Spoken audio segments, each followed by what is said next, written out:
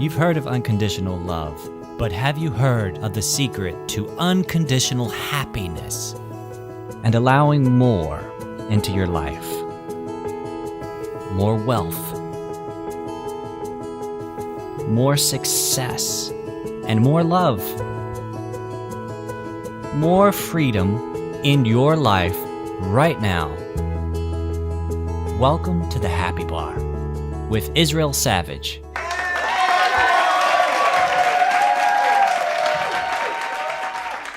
I want to get a stronger and more flexible body.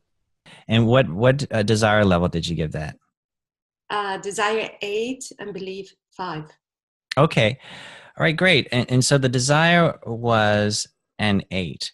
And so what you want to do if your desire level is anything less than a 10, and a 10 is imperative, of the utmost importance, that this has to happen, is you just want to sit with it just for a second and see what about this statement feels the best to you. Which part of it feels the best, and what part of it feels like maybe this isn't exactly what I want, but what I think I should want. Just like that actor analogy. Hey, do I really want to be an actor, or do I just like the idea of being an actor? Do I really want to go to the gym, or do I like the idea of going to the gym? Do I think I should go to the gym, right? Because we can't fool. Isn't it funny how we try to fool ourselves? Oh, yeah, I really want this.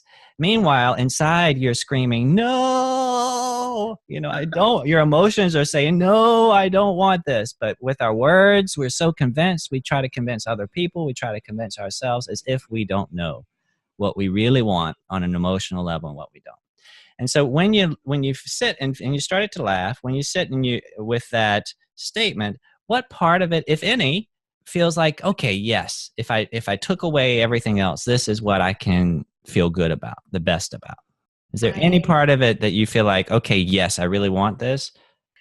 Yes, that maybe I need to find a way that makes me want it, really. But maybe the idea I have of what I need to do to get a stronger and flexible body is not very appealing. Okay, so let's break it down. Say your statement again, as you wrote it. I want to get a stronger and more flexible body. Okay, and so if you just sit with stronger, to be stronger, is that something that is imperative for you? That feels imperative, that yes, I not only want, but I need to be stronger? It's not imperative. I don't feel it. Okay, and how about flexible? I still feel I have to do it. I should do it. Right. And so, but it's not your desire yet, and maybe never will be. And so let's look at your feeling words now. What is it in your thought process and in your thinking of this thing, this desire, and how it will make you feel? What did you write down? What are your emotion words? My emotions were that I will feel ready, I will feel invincible, and I will feel enthusiastic. Okay. And so you want to feel powerful. You want to feel vigorous. You want to feel alive. You want to feel alert. Is that true? You want to feel on point. Is that all true? All of these words? And so that's what you want. And your brain has told you, oh, in order to feel these things, then I must have to be stronger and more flexible. And I'm guessing, I'm putting words in your mouth, that must mean I need to do more yoga or go to the gym more. Is that right? Yeah. And so you've got a belief there. You've got a belief that's standing in the way of your achieving your emotional desire. Right. Does that make sense? You've attached these beliefs, these thoughts, and so let's peel all that back.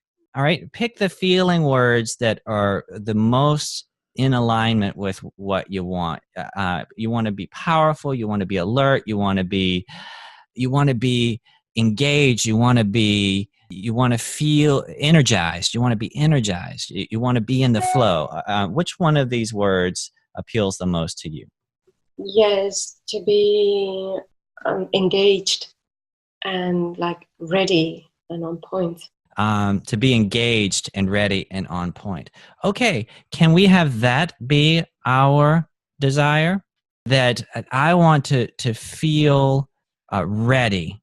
I want to feel engaged. I want to feel alive. Can we start from there and have that be our desire? Now, if you scored that in terms of how much you want it, is that imperative? Is that something that's necessary for you to have in your life in order to really feel successful and fulfilled?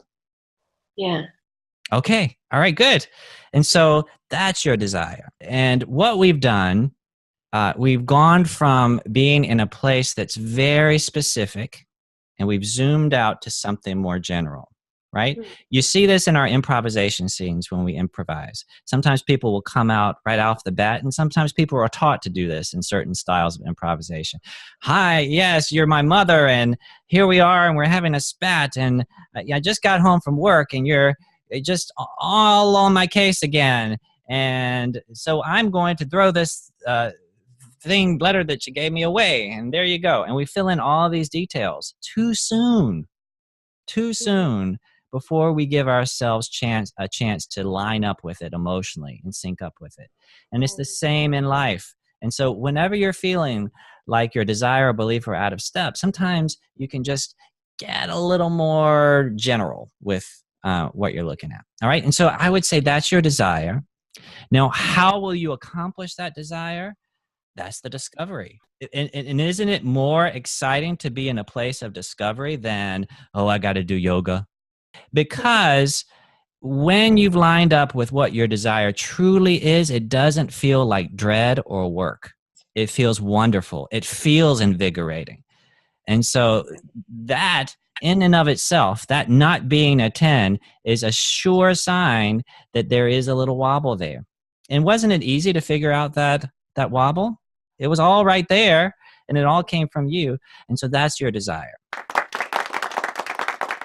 If you liked what you just heard, then take inspired action now.